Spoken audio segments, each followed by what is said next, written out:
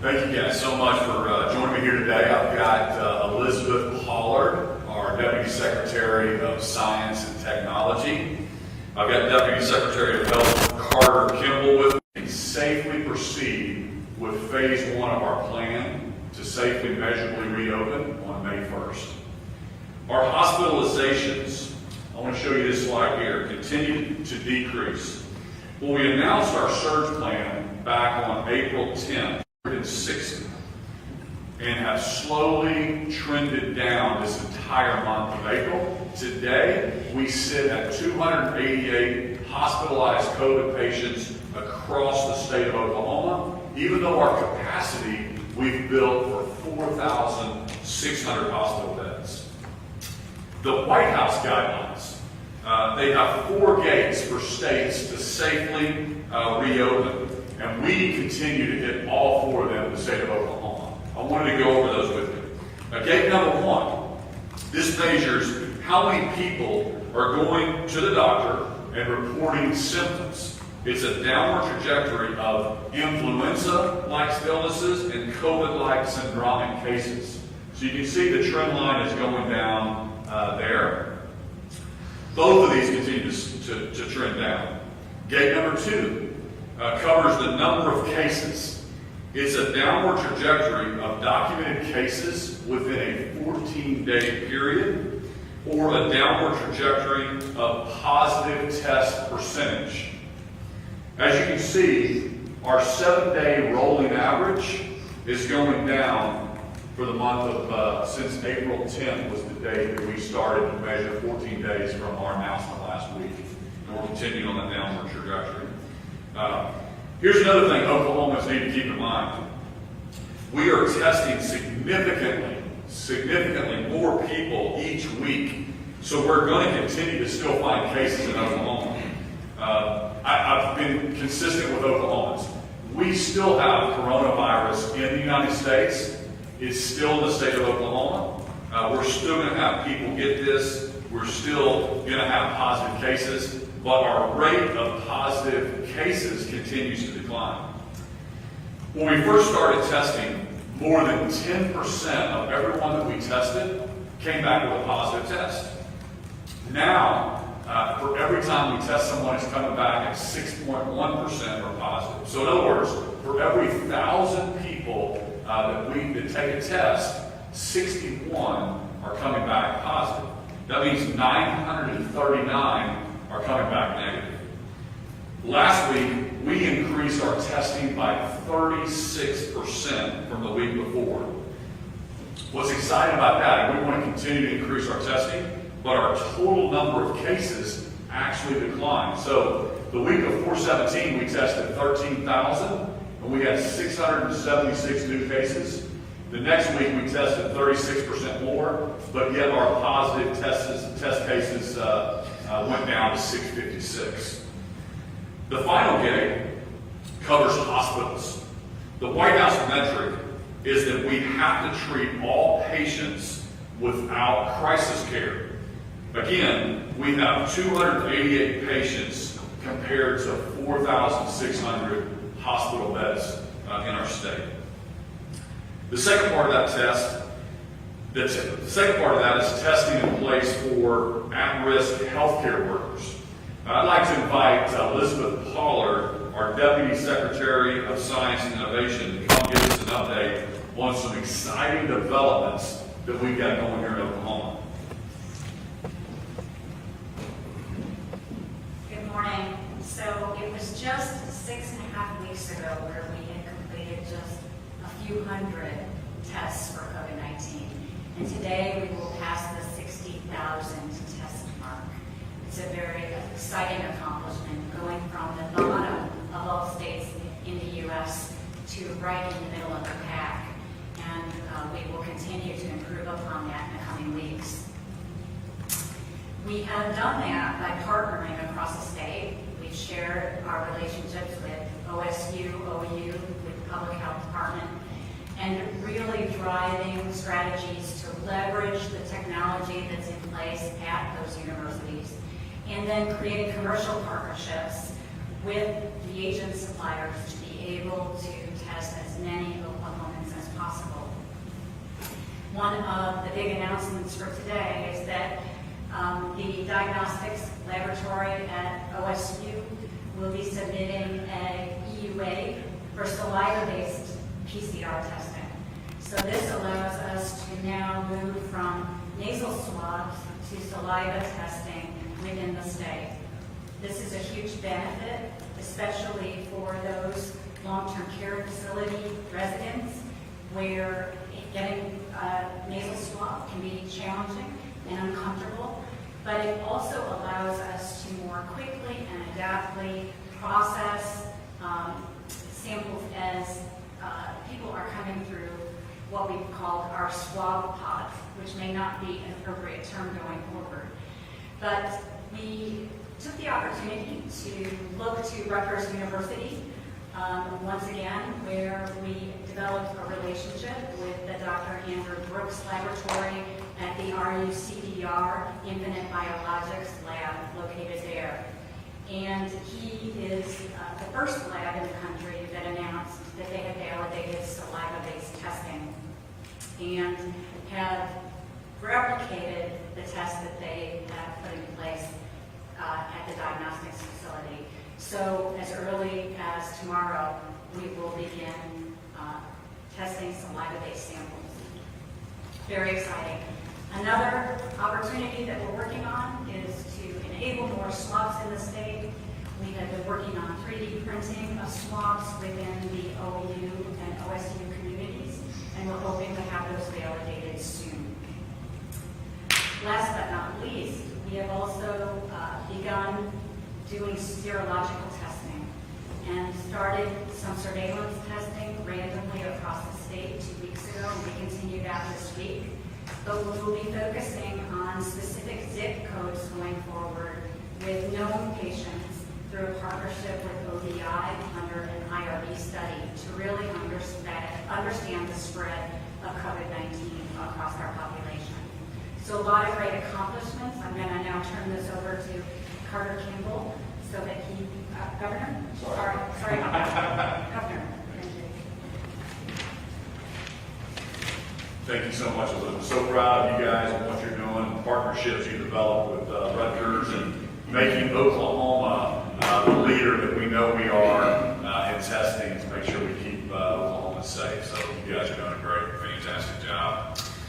Yesterday, we started shipping half of them out the door today, with the other half going to the rest of our nursing homes tomorrow. These PPE kits include masks, gloves, gowns, and face shields. They will be so important as we continue to protect our most vulnerable population. We've tasked Carter Kimball, our Deputy Secretary of Health, with coordinating our response to nursing homes and long-term care facilities, and his team has been making tremendous progress protecting that most vulnerable population. I asked Carter to come give Oklahomans an update on what's happening in our nursing homes. Thank you, Governor. The long-term care response team is driven by a single mission. That mission is to protect our most vulnerable citizens through mitigation and prevention. In order to accomplish that, there are really four key areas that have to be addressed. That is protective personal equipment, testing, admission and discharge protocols, and then supporting the long-term care facilities themselves, whether that's by staff or supplies. First, for the Governor's point on PPE, we were able to push allotments out to every facility in the state that should supply them with 5 to 7 days of PPE. In coordination with that distribution, we have put out stronger protocols for PPE usage. This would include mandatory face masks for facilities, even if you don't have a COVID positive case in the facility. This is one thing that initially we were concerned about supply, so we couldn't be as prescriptive in that, and now that we are more comfortable in our supply of masks, we feel this is the right thing to make sure that we don't have new facilities crop up with cases. Second, testing, and Deputy Secretary Pollard had already mentioned that we're moving to saliva testing this week. Our goal is to test all 42,000 residents and staff in long-term care facilities in our state over the next 30 days using this saliva test. It is a game changer just in the logistics of going into a facility, how quickly we were going to be able to test all in that facility. So we're really excited about that. With regards to testing, we will prioritize the making sure that 100% of our COVID positive facilities are completed before we move on to what will then be a regional approach for testing the rest of those facilities, staff and residents. Next is the admissions and discharge protocol. This is the coordination really between hospitals and other healthcare facilities as members are coming back to the long-term care facilities. It's important to remember that there are two predominant ways in which COVID-19 is able to enter a long-term care facility. One is through staff, and that's really where the personal protective equipment comes in. The second is if a nursing home resident has been to another healthcare setting and is coming back into that home. So we put out a decision matrix for hospitals and nursing homes to coordinate on how discharge and admission protocols are in place. That guidance went out last week through a health action alert. Lastly, in supporting our long-term care facilities, through partnership with the National Guard and support that they have, we have teams, disinfection teams that are really able to go in and do a deep clean, a chemical deep clean to facilities, whether it's a particular wing or area, to make sure that that disease is eliminated within the facility itself. The second piece, and really kind of the tip of the spear, if you will, in this war, is 11 rapid response teams that are regionally deployed across the state to be able to go into facilities and provide on-the-ground support in a various manner, whether it's helping cleaning, staffing, testing, education or training on PPE use. Those teams, staffed predominantly by the health department, but also in partnership with medics and the National Guard, are across our state and are already in place. We have a long way to go in combating this virus, but it is important to remember that fewer than 15% of our long-term care facilities have cases currently in them, and our goal is to make sure that that number does nothing but go down. Thank you for the opportunity to serve.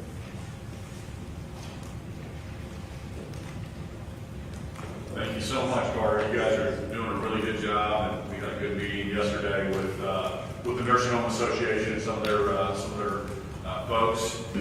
Also want to thank our teams, like Carter said, from the National Guard, the State Department of Health, for what they're doing for tracing, surveillance, and then that deep cleaning that the National Guard is doing throughout all of our nursing homes is going to really move the needle for us. But nursing homes and long-term care facilities really present unique challenges for a lot of states across the country. But we're committed to protecting our most vulnerable populations, even as we open up and recover safely here in the state of Oklahoma. Also want to give an update on the 294,000 Oklahomans who have filed for unemployment benefits. Last week, we processed 116,000 unemployment claims, and on a system that was designed for about 2,500 in any given week. We paid out more than $307 million in benefits since this pandemic started, and we're working to get the claims paid as quickly as possible. I know the frustration and the anxiety many Oklahomans are facing with bills that are coming due right now, people that are out of work, they're waiting for their claims to go through. Our entire digital transformation team has been working night and day along with the unemployment department to get those claims processed quickly. Last week we processed more than 70,000 of the 129,000 claims that needed a Tier 2 review, and we've hired an extra 200 help desk workers to get the rest of those out the door. You can always check on the status of your claim at oesc.ok.gov. I encourage you to all double check your information because a tier 2 claim likely means something on the claim doesn't match what we have in our database. We are also starting to pay the PUA claims. Those are for the independent contractors or self-employed folks who are not eligible for traditional unemployment. And we hear your frustration. I'm personally engaged and involved with the team that's over there that we stood up at the unemployment department to help with that. I'm getting daily updates to make sure we get those processed as quickly as we can for Oklahomans. From the beginning, my first priority has always been to protect the health and the lives of Oklahomans. And as we open up and recover safely, I want everyone to know we're not out of the woods yet. And like I said, we still have coronavirus in the United States. It's still in Oklahoma. So we have to continue to be cautious. We need to continue with social distancing, with washing our hands, staying home if you're sick. And I want to remind Oklahomans, get tested. If you have any kind of symptoms, or even if you just want to see, you think you should get tested, we have plenty of testing in our state. Call 211. We have over 80 facilities set up across the state. We need more testing, more testing. It's great for the surveillance. And even if you're asymptomatic and you just want to get tested, we encourage you to do that. Call 211 and it'll tell you where the closest spot is to get tested. So again, we're going to get through this, Oklahomans. You've done a fantastic job over the month of April. And so it is time for a measured reopening, but we cannot let our foot, we can't be lax about this because the COVID is still here in our state. We've got to be very cautious with our social distancing, but we will get through this together. So God bless you. God bless the great state of Oklahoma. And I'll open it up to a few questions. Governor Stitt, is 2 weeks long enough to see the impact on phase 1 before heading into phase 2? We know some people can develop symptoms, 2 weeks after they come into contact with someone.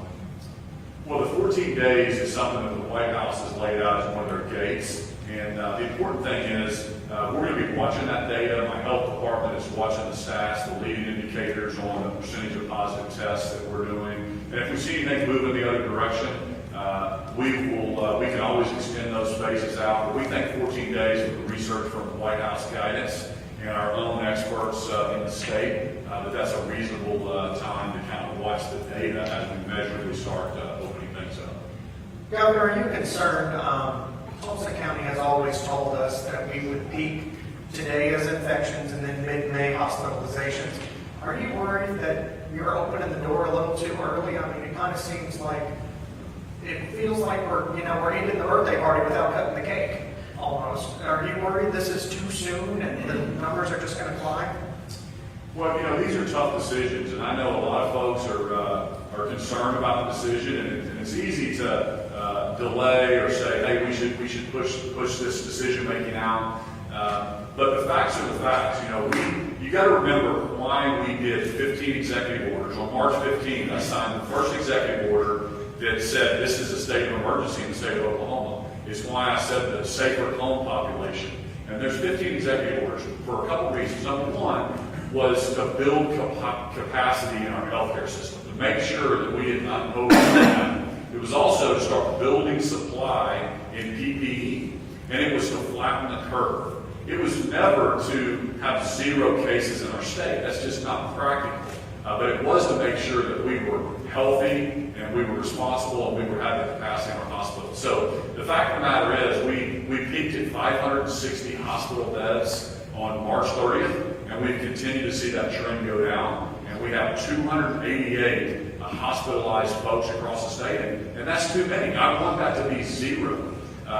But when you build the capacity of 4,600, we think it's time for a measured reopening, and we're going to be data-driven on what's happening in the state of Oklahoma. And we reserve the right to push those phases back. But we feel like it's the right time to take a measured reopening stance. Governor, there's been a lot of talk in Washington about sending more money to states, as much as $500 billion. The president seems resistant to that figure. What are your thoughts? I mean, obviously what we're spending here is not cheap. I spoke with the president yesterday, and I told the president that we need more flexibility in the CARES Act, which is the third stimulus package. It was $2.2 trillion, and it gave each state at least $1.25 billion. But there was a lot of strings attached. It was only to pay for COVID-related expenses, which is great. So everything that our state has spent on COVID-related expenses will be reimbursed. But I asked for more flexibility with how we spend that, because our municipalities with sales tax revenue are greatly affected right now across our state. But so before we went to a fourth stimulus, I just told the president, this is my opinion. I'm sure there's some other governors that would agree with me. Until you go back and put more debt on our children and grandchildren, let's see if the third CARES package actually is working. If you give us more flexibility, we think that would be what we need in Oklahoma instead of a fourth package. Governor, you talked about the unemployment issues that are going on. We continue to get lots of emails at the station about, I can't get on the line, I've got my card, there's no money on it, I have, it's been 3 weeks and I still haven't gotten my card. You addressed it, but your thoughts when you hear things like that?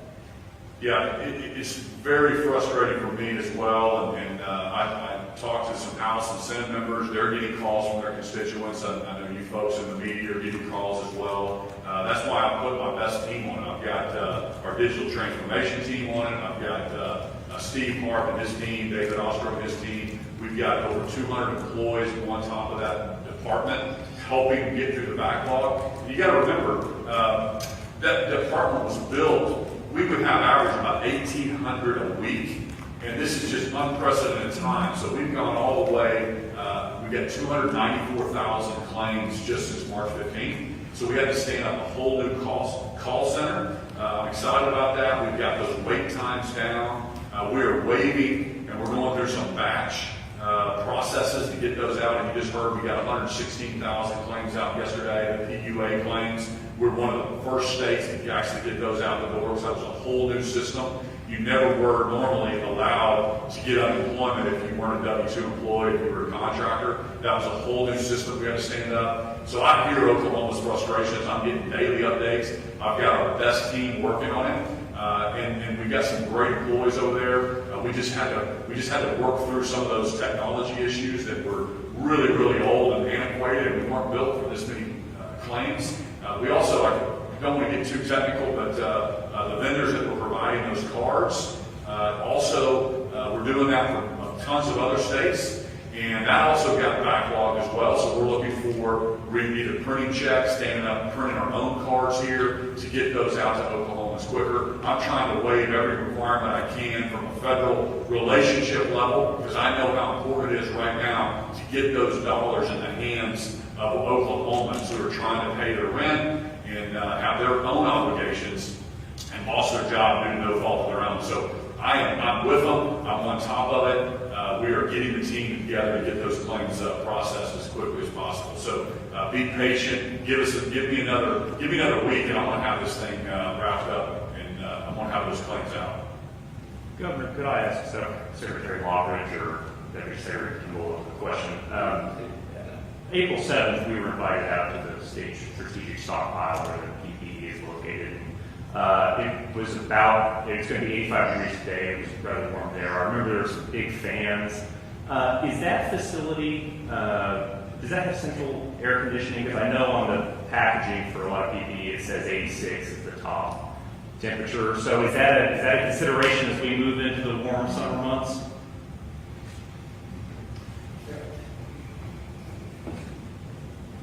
I don't know if that facility has central heat and air or not.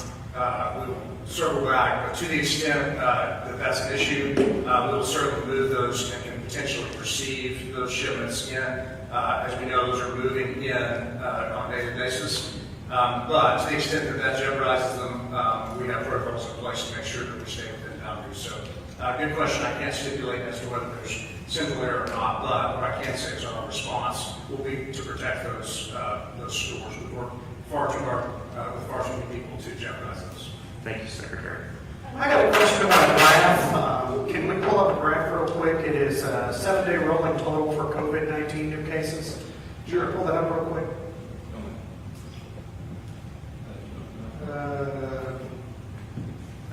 It's the one with the numbers on it. That one. So if we look at last week, there were some days above the trend line. Can you tell me how going above the trend line is still a downward trend? Can you explain that? Yeah. Here's a great example. You can't just look at one day because you also have to look at how many swabs or testing we took. So, for example, on Sunday, we only took the 80 test sites because of demand are closed on the weekends. We took, let's say, 200 swabs, and we had 26 positives on Monday morning. Well, on Tuesday, we had 130 positives, but we took 2,100 or 2,200 test samples. So again, you have to, there's not just one gate to look at. But as you can see, 806 down to 655 is a downward trend. And it's a 2-week average. And so you can't pull out one day or one little bump and say that's a trend. That's why it's a 14-day average, and that was the gate that the White House rolled out. But you also have to think about how many swabs and how many tests we're doing that day. Governor, I was wondering if you, actually, 2 questions. The first question, can you comment on, very hard to talk. Okay, but first off, Mayor Holt and Mayor Bynum both sort of reluctantly adopted the ours plan, and some of their comments indicated that maybe they weren't jumping into it wholeheartedly. So I was wondering if you could comment on that.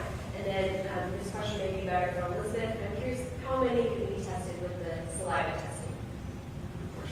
You know, I've got a great relationship with the mayors across the state, and I'm in constant communication with the municipal league, and I've had personal conversations with both the mayor of Tulsa and Oklahoma City, as well as other mayors. And these are tough decisions, and I get it. They're tough decisions on when to safely reopen. And I'm going to be data driven, but I've never been heavy-handed with mayors across the state. Some mayors, as you know, I'm putting out guidance for the entire state. Some mayors chose to be more restrictive, and that was okay. They have it closer to their communities, but we're putting out guidance for the entire state.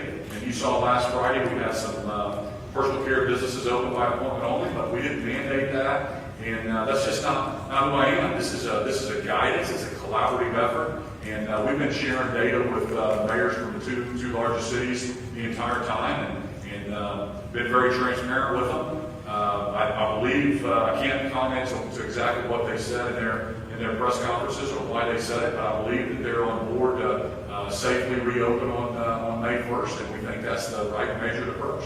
Are you concerned that some people took your announcement last week to be an all clear message? I sure hope not, because I'm going to let Elizabeth Pollard answer the second part of Carmen's question. But, you know, I've been very clear with Oklahomans.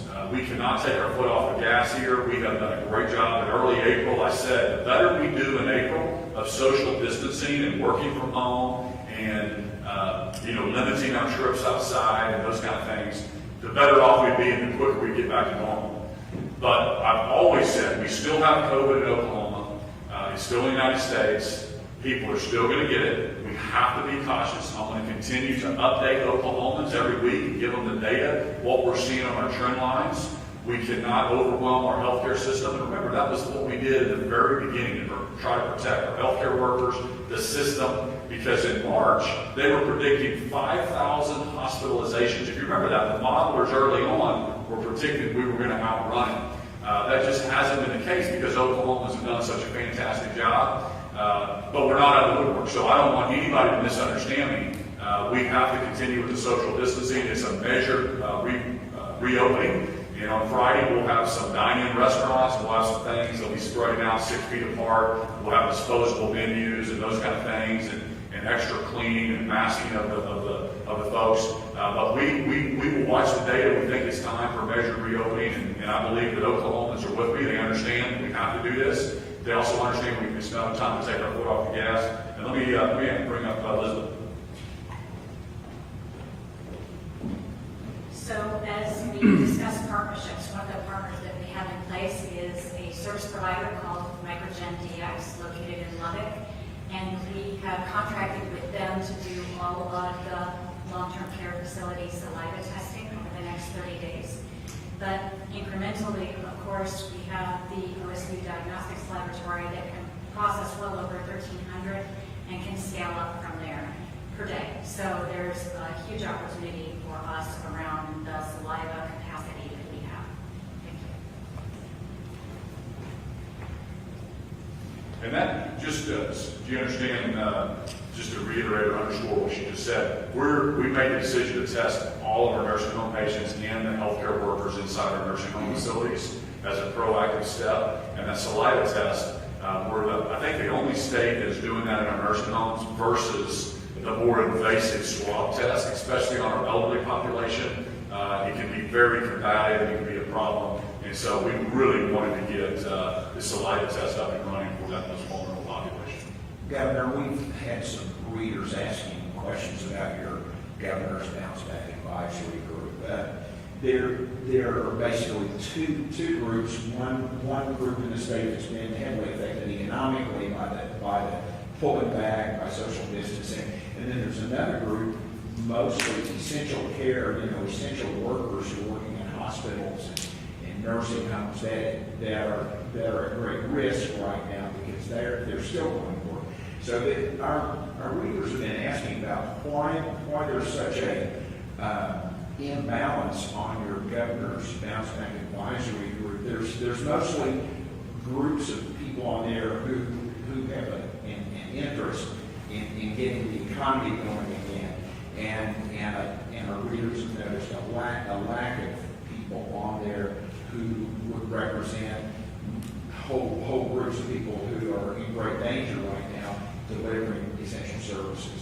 How did you go about picking that group anyway? And why is there such a kind of imbalance there? Well, I need to look at the list of who it is, but that's set up from our Secretary of Commerce, Sean Copeland. And if we have an industry that's not represented, that's not our intent at all. Sean Copeland is extremely inclusive, trying to get rural, urban. But if we need some more healthcare advisors on the group, and we've overlooked that, then I'm sure that he would add those to the group to get their input, because we certainly, that was never an intent on a safely reopening. And I can assure you that group is also talking, and we're running everything through the data that our advisors on the health side tell us when it's time to do it. One black person, one Hispanic person on there. And those two groups make up a lot of our essential workers in the state. So that was the nature of the question. The other thing is, AP came out with a report that included Oklahoman about $2 million in hydroxychloroquine being purchased. Why was that purchase made? $2 million sounds like a lot of money right now that we're looking at uncertain budgets in the future. Yeah, you've got to understand that my goal as the governor is to protect the health and lives of Oklahomans. So in early March, I set up my Governor's Solution Task Force, and I brought in the czar for PPE, and Gino DeMarco. He's done a fantastic job. And I told him to go out and procure gowns, gloves, N95 masks, build up the strategic national stockpile. We knew we were getting reimbursed for that. But part of that also, in early March, hydroxychloroquine was also showed to be a treatment. And so we went out and procured that as well. Now there's some other evidence that the chloroquine may not be as effective. But I was being proactive to try to protect Oklahomans, and so that's always going to be my first instinct to get the equipment and the things that we need that I'm seeing for the future that would help Oklahomans. So what do we do with it now? Do we get a refund, or do we send it back? What happens? Well, it's still treats. I'll let Secretary of Health answer that. Yeah, thank you. So the decision to purchase that particular treatment was not simply the governor's or even the advisors. We were relying, again, these were early days, on the opinions of physicians. And so individuals like Dr. Chancellor, infectious diseases over at Integris, have opined on the fact that, particularly in those early days, the likely efficacy of of that treatment regime could have helped at that point. And so as the governor has said, when we were battling sort of the fog of war at that point, we certainly inquired on the potential that it would have utility. Now, what can be done with that, as you probably know, hydroxychloroquine is useful for any number of other ailments, to include things like lupus, other autoimmune diseases. And so that might even not have gone to waste in any respect. And so, we have that now within the state's borders for the potential that we might see another surge, and that it's proves useful for COVID-19, but it's also more generally applicable for those other diseases as well. Take one more. Cover right. I guess I got one. You mentioned health professionals, Secretary. I think on Sunday you were on Fox News with Chris Wallace, and he asked you kind of about the statement that his name is Dr. Monks, from the new president of the Oklahoma State Medical Association, had made, kind of questioning the decision to reopen, and your response was that you didn't know who he was, and I'll admit I wouldn't know him from a pile of wood either. But he is the new chairman, the new president of OSMA. That is an organization of the state's doctors. Have you talked to him? Do you have a plan to kind of get with them and try to talk with them about these things? Well, yeah, that's exactly right. I did not know him. I don't know him.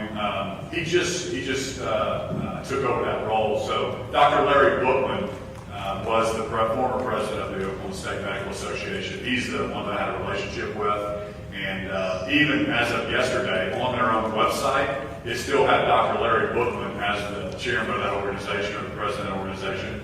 And so, but again, there's a lot of organizations. We take input from all those, but we're going to be relying on our Department of Health, and we have the Governor Solutions Task Force that I get briefed on every single day. We're gathering data from all across the state. We're following the 4 gates from the White House before we make these measures reopening.